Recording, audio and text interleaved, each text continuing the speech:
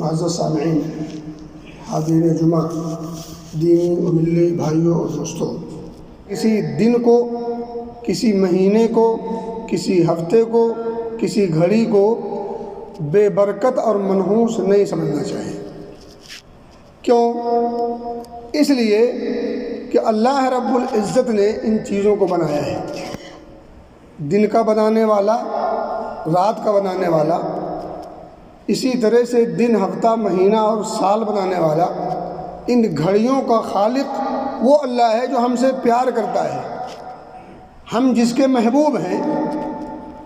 ہاں، ایک مومن اس وقت بے چین اور مضطرب اور پریشان ہو جب وہ اللہ رب العزت کو ناخوش کر دے، جب وہ اللہ رب العزت کی نافرمانی کرے تو اسے بے چین ہونا چاہیے۔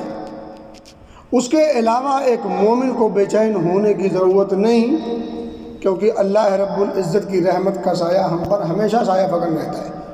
تو ایک مومن بے چین ہو صرف اس وقت جب وہ کوئی گناہ کرے، جب وہ کوئی معصیت کرے، جب وہ کوئی نافرمانی کرے، جب وہ اللہ رب العزت کی ناراضگی کے کوئی کام کر بیٹھے بتقاضۂ بشریت یا جان بوجھ کر کے۔ اگر کوئی معصیت ہو، نافرمانی ہو تو بے چینی ہونی چاہیے۔ اس کے علاوہ مومن کو نہ بے چین ہونے کی ضرورت ہے، نہ کوئی کسی کو بے چین کرے۔ ہم کبھی ماحول کے اثر کی وجہ سے، کبھی غلط سلط تعلیم کی وجہ سے، کبھی بری محفل اور مجلس کی وجہ سے، یا کسی دیگر وجوہات کی بنا پر ہم کبھی کبھار کچھ ایسی چیزیں سوچنے لگتے ہیں جس کا شریعت سے کوئی تعلق نہیں ہوتا، لینا دینا نہیں ہوتا۔ انہی چیزوں میں سے ایک چیز ہے وقت کو، تاریخ کو، مہینے کو، دن کو، یا کسی عشرے یا ہفتے کو ہم منحوس یا بے برکت سمجھنے لگتے ہیں۔ میرے بھائی، کسی وقت کا منحوس ہونا یا بے برکت ہونا یہ فی الواقع ایسا نہیں ہوتا، حقیقت میں ایسا نہیں ہوتا۔ کوئی وقت منحوس نہیں ہوتا، کوئی گھڑی بے برکت نہیں ہوتی۔ ہاں، اس وقت کو یا اس گھڑی کو بے برکت یا منحوس ہمارے عمل کر دیتے ہیں۔ اب میں اس کو ایک مثال سمجھاتا ہوں۔ مثال بہت واضح ہے۔ حضرت موسیٰ اپنی قوم کو لے کر کے نکلتے ہیں فرعون کے ظلم و جبر سے بچاؤ کے لیے۔ اس کی فوج کو خبر ہو جاتی ہے اور فرعون لا و لشکر کے ساتھ پیچھا اور تعاقب کرتا ہوا نکل پڑتا ہے۔ آگے سمندر ہے، پیچھے فرعون کا لا و لشکر ہے، اور بیچ میں موسیٰ علیہ السلام اور ان کی قوم ہے۔ اب آپ تصور کریں، محسوس کریں بس کیا منظر رہا ہوگا۔ ظالم و جابر شخص اپنے لا و لشکر کے ساتھ بالکل پیچھے تعاقب کرتا ہوا پہنچ چکا ہے، آگے سمندر ہے، بھاگنے کا کوئی راستہ نہیں۔ وہ تو پہلے سے ظلم و جبر کرتا تھا، اور اب چونکہ اس سے بھاگ کھڑے ہوئے ہیں، اب وہ کون سے ظلم نہیں کرے گا۔ اس چیز کی فکر اور اس چیز کا خوف دامنگیر ہوا۔ حضرت موسیٰ سے وہ بے صبری میں کہہ پڑے، موسیٰ اب تو تم مار ڈالو گے، اِنَّا لَمُدْرَکُونَ، اب تو ہم پکڑ لیے جائیں گے، اور نتیجہ کیا ہوگا یہ کون نہیں جانتا۔ اب جو ہوا آپ دیکھیں، اللہ رب العزت نے وحی کی، فَأَوْحَيْنَا إِلَىٰ مُوسَىٰ أَنِ اضْرِب بِعَصَاكَ الْبَحْرَ، موسیٰ جو لاٹھی لیے ہو اسی لاٹھی سے سمندر کے سینے پر مار دو، وار کرو۔ اور یہ وار کرنا ہوا، فَانْفَلَقَ، پھٹ پڑا۔ اور پھر آپ دیکھیں کالطود العظیم، وہ پھٹا ہی نہیں، راستہ ایسے بنا جیسے لگتا ہو کہ ادھر کوئی ایک چٹان ہو پہاڑ کی، اور ادھر کوئی چٹان ہو، اور بیچ میں ایک مناسب سا راستہ ہو جس سے انسان بآسانی نکل سکے اور کراس کر سکے۔ اب آپ ذرا سمجھیے گا، وہی سمندر ہے، اور وہی وقت ہے، وہی دن ہے، چند گھڑیاں آگے اور پیچھے ہیں۔ موسیٰ علیہ السلام اور ان کی پوری قوم بآسانی اس سمندر کو کراس کر جاتی ہے جس سمندر کو دیکھ کر کے وہ پریشان ہو گئے تھے۔ ان کی آنکھوں کے سامنے اندھیرا چھا گیا تھا، لیکن وہی سمندر انہیں راستہ دیتا ہے اور بآسانی کراس کر کے اس سائڈ کھڑے جا رہے ہیں۔ اور ابھی سمندر جوں کا توں کھڑا ہے، راستہ جوں کا توں بنا ہوا ہے۔ فرعون بھی آو تا اور بھاؤ میں آگے بڑھتا ہے، اس کی لشکر بھی جب عین وسط میں پہنچتا ہے بیچ میں تو سمندر پورا مل جاتا ہے۔ دن تو سیم ہے، کچھ گھڑیاں کچھ سیکنڈ آگے پیچھے ہیں بس۔ ہو بہو وہی دن حضرت موسیٰ اور ان کی قوم کے بچاؤ کا دن ہے، جشن کا دن ہے، خوشی کا دن ہے، ظلم و جبر سے نکلنے کا دن ہے، اور وہی دن فرعون اور اس کی قوم کے غرقاب ہونے کا دن ہے، تاریکی کا دن ہے، ذلت و رسوائی کا دن ہے۔ اب مجھے بتائیں، دن فی نفس ہی منحوس ہوتا، بے برکت ہوتا نہیں؟ انسان کے کرتوت اس گھڑی کو، اس دن کو، اس لمحے کو برا بنا لے یا اچھا بنا لے، با برکت بنا لے یا بے برکت بنا لے۔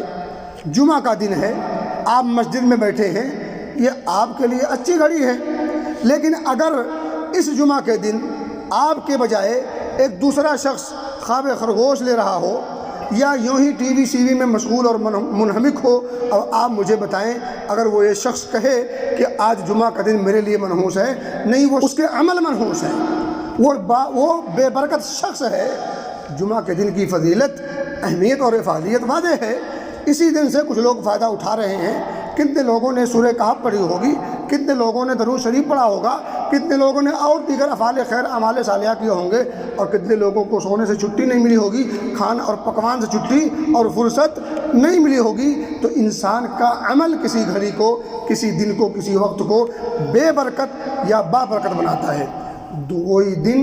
کوئی دن فی نفس ہی منحوس یا بے برکت نہیں ہوتا۔ جاہلیت کے دور میں جو عرب تھے، جاہلی دور میں شوال کے مہینے کو منحوس سمجھتے تھے، بے برکت سمجھتے تھے۔ بالخصوص اس مہینے میں شادی کرنا یا رخصتی کرانا یہ ان کے لیے منحوس عمل تھا، بے برکت عمل تھا۔ ان کا یہ تصور اور گمان تھا کہ اگر ہم شوال کے مہینے میں شادی کریں گے یا اپنی بیٹی یا بہن کی رخصتی کریں گے یا کروائیں گے تو یہ شادی، یہ رخصتی بے برکت ہوگی، منحوس ہوگی، اس سے اس عورت کا نصیبہ پھوٹ جائے گا، اس کا کرم پھوٹ جائے گا۔ جیسا کہ ہم اور آپ بھی کہیں نہ کہیں ان کے اس تصور سے جوجھ رہے ہیں۔ ہمارے یہاں بھی کچھ لوگ ایسے ہیں جو شوال کے مہینے کو بے برکت سمجھتے ہیں، منحوس سمجھتے ہیں، حالانکہ اس مہینے کی بھی فضیلت اگر دیکھی جائے تو کیا آپ یہ نہیں جانتے کہ یہ مہینہ 10واں مہینہ ہے شوال عربی کے اعتبار سے، اس کی پہلی تاریخ عالم اسلام کی خوشی کا دن ہے۔ جس مہینے کی شروعات خوشی سے ہو وہ مہینہ بے برکت اور منحوس ہو، یہ کہاں کی سوچ ہے اور کہاں کی عقل ہے، اور یہ انسان کہاں سے سوچ سکتا ہے؟ جس کے پہلی اینٹ، جس کا پہلا زینہ خوشی سے شروع ہو اور اللہ کے ترانوں سے اور توحید کے نغموں سے سرشار اور مست ہو، آپ مجھے بتائیں جو مہینہ شروع ہو اور جہاں سورج غروب ہو اور چاند نکلے شوال کا، وہیں سے اللہ اکبر اللہ اکبر اللہ اکبر اللہ اکبر کی صدائیں بلند ہوں، اور پھر انسان کے سینوں میں دھڑکتا جو دل ہے وہ خوشی سے بالکل سرشار ہو۔ اب آپ مجھے بتائیں جس مہینے کی ابتدا اور شروعات اللہ رب العزت کے حمد کے ترانے سے اور مسلمانوں کے خوشی کے اظہار کے ساتھ ہو، وہ مہینہ بے برکت اور منحوس کیسے ہو سکتا ہے؟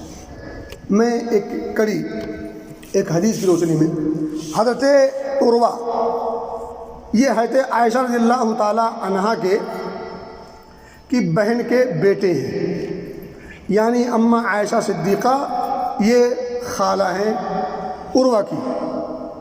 عروہ کہتے ہیں کہ اماں عائشہ صدیقہ رضی اللہ تعالی عنہا نے بیان فرمایا کہ تزوجنی رسول اللہ صلی اللہ علیہ وسلم فی شوال، نبی مکرم صلی اللہ علیہ وسلم نے مجھ سے جو شادی کی ہے وہ شوال کے مہینے میں کی ہے۔ کون کہہ رہی ہیں؟ اماں عائشہ صدیقہ کا اپنا بیان ہے، صدیقہ کا بیان ہے، صدیق کی بیٹی۔ وہ آگے فرماتی ہیں وہ بنا بھی فی شوال، رخصتی بھی شوال میں ہوئی، رخصتی بھی شوال کے مہینے میں ہوئی۔ آگے ایک جملہ کہتی ہیں جو پوری تقریر کا، پورے خطبے کا نچوڑ ہے۔ وہ فرماتی ہیں فَأَيُّ نِسَاءِ رسول اللہ صلی اللہ علیہ وسلم، آپ بتائیں کہ آپ کی ازواج مطہرات میں سے کون سی وہ بیوی ہے، تمام بیویوں میں سے کون سی وہ بیوی ہے جو آپ صلی اللہ علیہ وسلم کے نزدیک، آپ صلی اللہ علیہ وسلم کے یہاں مجھ سے زیادہ نصیبے والی ہے؟ کان احدا عنہ منی، مجھ سے زیادہ نصیبہ، مجھ سے زیادہ خوش قسمت، مجھ سے زیادہ خوش قسمت اور مجھ سے زیادہ اچھے نصیبے والی آپ کی تمام بیویوں میں سے بتاؤ کون سی ہے؟ حقیقت یہ ہے کہ کوئی نہیں ہے۔ اما خدیجہ رضی اللہ تعالیٰ عنہا کے بعد، اور ظاہر سی بات ہے اما خدیجہ کے بعد ہی آپ نے شادیوں کا سلسلہ شروع کیا ہے۔ جب تک اما خدیجہ تھیں تب تک آپ نے کوئی دوسری شادی نہیں کی، باقی ساری شادی آپ نے حضرت خدیجہ رضی اللہ عنہا کی وفات کے بعد کی ہے۔ اور اس کے بعد سب سے زیادہ آپ صلی اللہ علیہ وسلم کی نگاہ میں اگر کوئی بیوی محبوب تھی تو وہ اما خدیجہ، اما عائشہ صدیقہ رضی اللہ تعالیٰ عنہا ہیں۔ کسی موقع پر نبی اکرم صلی اللہ علیہ وسلم سے کسی نے سوال کیا تھا کہ اللہ کے رسول صلی اللہ علیہ وسلم آپ کو اس دھرتی پر سب سے زیادہ پیار اور لگاؤ کس سے ہے؟ تو آپ نے فرمایا تھا بغیر کسی لاگ لپیٹ کے فوری جواب دیا تھا عائشہ۔ پھر سائل نے سوال کر لیا تھا ثم، پھر نمبر 2 پہ تو آپ نے فرمایا ابوہا، اس کا باپ۔ چڑھنے والے چڑھتے رہیں، جلنے والے جلتے رہیں۔ ابو بکر صدیق رضی اللہ تعالیٰ عنہ کی جو شان ہے، جو منقبت ہے، وہ عرش والے نے متعین کر رکھی ہے۔ جلنے اور بھولنے سے کسی کی شان پر کوئی آنچ نہیں آتی، نہ آنے جیسے رہے۔ آپ نے کیا فرمایا؟ ثم ابوہا۔ میرے بھائی، آپ صلی اللہ علیہ وسلم کی لائی ہوئی شریعت کیا کہتی ہے کہ کوئی لمحہ، کوئی گھڑی، کوئی دن، کوئی وقت منحوس اور بے برکت نہیں ہوتا۔ اور میں نے بتایا کہ مومن کے لیے ہر وہ لمحہ خوشی کا لمحہ ہے جس لمحے میں وہ اللہ کو راضی کرتا رہے۔ جو لمحہ اللہ کی رضا کے لیے صرف ہو وہ مومن کے خوشی کا دن ہے، خوشی کا وقت ہے، خوشی کی گھڑی ہے، خوشی کا لمحہ ہے۔ اور ہر وہ لمحہ مومن کے لیے پریشان ہونے کا وقت ہے جس لمحے میں وہ اللہ کو ناراض کر بیٹھے۔ جب آپ اللہ کو ناراض کر بیٹھیں تو سمجھ جائیں کہ اب یہ لمحہ آپ کے لیے خوشی کا وقت نہیں، بلکہ اب آپ کو جلد سے جلد توبہ کرنا چاہیے۔ اور مجھے بتائیں کہ اللہ رب العزت نے اپنی رضا کے لیے عملوں میں سے سب سے اہم چیز جو مانگی ہے وہ نماز ہے۔ اگر حی علی الصلاۃ اور حی علی الفلاح کی ندا کان میں پڑھنے کے بعد آپ بے چین ہو کر کے اپنے روم کو، اپنے کام کو اور اپنے تمام مشغولیات کو چھوڑ کر مسجد کی طرف نہیں لپکتے، نہیں بھاگتے، تو یقین جانے وہ لمحہ آپ کے لیے بے برکت ہے۔ اتنی پیاری صدا مالک کے طرف بلاوے کی ہو اور اس صدا کو سننے کے بعد، اس ندا کو سننے کے بعد، اس پکار اور آواز کے سن لینے کے بعد اگر دل میں بے چینی نہ ہو، یقین جانے وہ دل مردہ ہو چکا ہے، وہ دل مردہ ہو چکا ہے۔ کیوں؟ مثل الذی یذکر ربہ والذی لا یذکر ربہ مثل الحی والمیت۔ ترمذی کی صحیح روایت ہے، اس شخص کی مثال جو اللہ رب العزت کے ذکر سے، اس کے فکر سے سرشار ہو، اس کے ذکر اور فکر میں لگا رہے، اور وہ شخص جو اس سے عاری ہو، یعنی اللہ رب العزت کا ذکر نہ کرے۔ مثل الحی والمیت، ایسے شخص کی مثال زندہ اور مردے کی سی ہے۔ جو شخص رب کے ذکر میں لگا رہے وہ شخص زندہ ہے، اور جو اس کے ذکر سے غافل ہو جائے وہ شخص مردہ ہے۔ اور مومن کی مثال اللہ رب العزت نے زندگی سے دی ہے۔ اور ہم اگر اللہ رب العزت کے ذکر سے غافل ہیں اور اس کی طلب اور جستجو نہیں اور اس کی لگن نہیں، اس کے لیے ہم بے چین نہیں ہوتے، تو سانس اگر سے چل رہی ہے لیکن حقیقت کے اعتبار سے آپ زندہ نہیں بلکہ مردہ ہیں۔ اب آپ پر سوگ ہونا چاہیے، ماتم ہونا چاہیے، اور پھر اس پر کف افسوس ملنا چاہیے اس سے بڑی اور کوئی ماتم کی گھڑی نہیں ہو سکتی کہ ایک مومن ہو، رب کی نعمتوں سے ہمیشہ محظوظ ہو رہا ہو، استفادہ کر رہا ہو اور فائدہ اٹھا رہا ہو، اور ندا کان میں پڑے اور وہ مست رہے اپنی دنیا میں اور اپنے کام میں اور اپنی دیگر اچھی بری ایکٹیویٹیز میں۔ میرے بھائی میرے دوست، یہ یاد رکھیں، اللہ رب العزت کی رضا اور اس کی خوشنودی کے حصول کے لیے جو لمحہ صرف ہو وہ خوشی کا وقت ہے، وہ بابرکت وقت ہے، اور جو لمحہ اللہ کی ناراضگی، شیطان کی خوشی کے لیے صرف ہو، یقین جانے وہ لمحہ آپ کے لیے آپ کے برے کرتوت کی وجہ سے منحوس ہے، بے برکت ہے۔ آگے اماں عائشہ صدیقہ کی جو پسندیدہ چیز تھی شادی بیاہ اور رخصتی کے تعلق سے، عروہ کہتے ہیں وَكَانَتْ تَسْتَحِبُّ أَن تُدْخِلَ نِسَاءَهَا فِي شَوَّالٍ۔ اماں عائشہ صدیقہ رضی اللہ تعالی عنہا کی چاہت تھی، پسند تھی، اور آپ اپنی اس چاہت اور پسند کو عملی جامہ پہناتی بھی تھیں۔ پسند کیا تھا؟ وہ کہتے ہیں کہ وَكَانَتْ تَسْتَحِبُّ أَن تُدْخِلَ نِسَاءَهَا فِي شَوَّالٍ، اپنی رشتہ دار عورتوں کو، جیسے بھتیجی، بھانجی اور دیگر بہنیں وغیرہ، اسی طرح سے جو ان کی زیر کفالت تھیں، یا یوں کہہ لیں کہ جو ان کے انڈر میں رہتی تھیں، ان تمام عورتوں کے تعلق سے ان کی خواہش یہ ہوتی تھی کہ ان کی شادی یا ان کی رخصتی شوال کے مہینے میں ہو۔ اماں عائشہ کی شادی شوال میں ہوئی۔ آپ کی چاہت تھی کہ آپ سے متعلقہ جتنی عورتیں ہیں، جتنی بچیاں ہیں، ان کی شادی بھی ہو تو شوال کے مہینے میں ہو۔ اور آپ دیکھیں ہمارے یہاں بالخصوص بہت بڑا طبقہ ہے جو عید کے بعد شادی کرتا ہے۔ ٹھیک ہے، یہ کہ اماں عائشہ صدیقہ رضی اللہ تعالی عنہا کی چاہت کے عین مطابق ہے، اور عربوں کے دستور کے عین مخالف ہے۔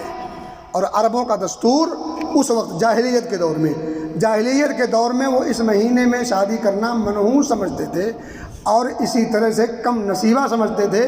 تو اماں عائشہ اس کا جواب دیتی ہیں کہ تمہارا یہ خیال ہے، تمہارا یہ تصور ہے کہ شوال کے مہینے میں شادی ہوگی تو وہ عورت منحوس ہو جائے گی، بے برکت ہو جائے گی، اس کا نصیبہ پھوٹ جائے گا۔ مجھے بتاؤ تو صحیح کہ مجھ سے زیادہ نصیبے والی ہے کون؟ کان احد عندہ منی، اس دھرتی پر سب سے عظیم شخصیت، سب سے افضل و اشرف ہستی کی بیوی بن کر کے رہنا اور پھر اس کی چہیتی اور اس کی محبوبہ بن کر کے رہنا، اس سے بڑا نصیبہ اور اس سے بڑی خوش قسمتی بتاؤ اور کیا ہو سکتی ہے؟ وہ خوش قسمتی مجھے حاصل ہے، اور شادی کب ہوئی ہے؟ شوال کے مہینے میں۔ تو میرے بھائی میرے دوست، کل کا خلاصہ یہ ہے کہ کسی بھی لمحے کو کبھی بھی منحوس اور بے برکت نہ سمجھیں۔ اور بھی سال میں کچھ گھڑیاں ہیں، کچھ اوقات ہیں، کچھ مہینے یا کچھ دن ہیں جن میں سے ہمارے بعض احباب اس کو منحوس سمجھتے ہیں۔ پورے سال کا کوئی لمحہ اللہ رب العزت نے منحوس اور بے برکت نہیں بنایا ہے۔ ہر لمحہ بابرکت ہے، خوش قسمتی کے حصول کا ذریعہ ہے۔ البتہ ہم اپنے اچھے کرتوت سے چاہے اسے بابرکت بنا لیں اور چاہے اسے بے برکت بنا لیں، یہ ہمارے اور آپ کے ہاتھ میں ہے۔ ہمارا عمل اچھا ہوگا وہ گھڑی بابرکت ہوگی، اور ہمارا عمل اگر برا ہوگا تو وہ گھڑی بے برکت اور منحوس ثابت ہوگی، آپ کے برے کرتوت کی وجہ سے، نہ کہ اس گھڑی میں فی نفس ہی کوئی عیب ہے۔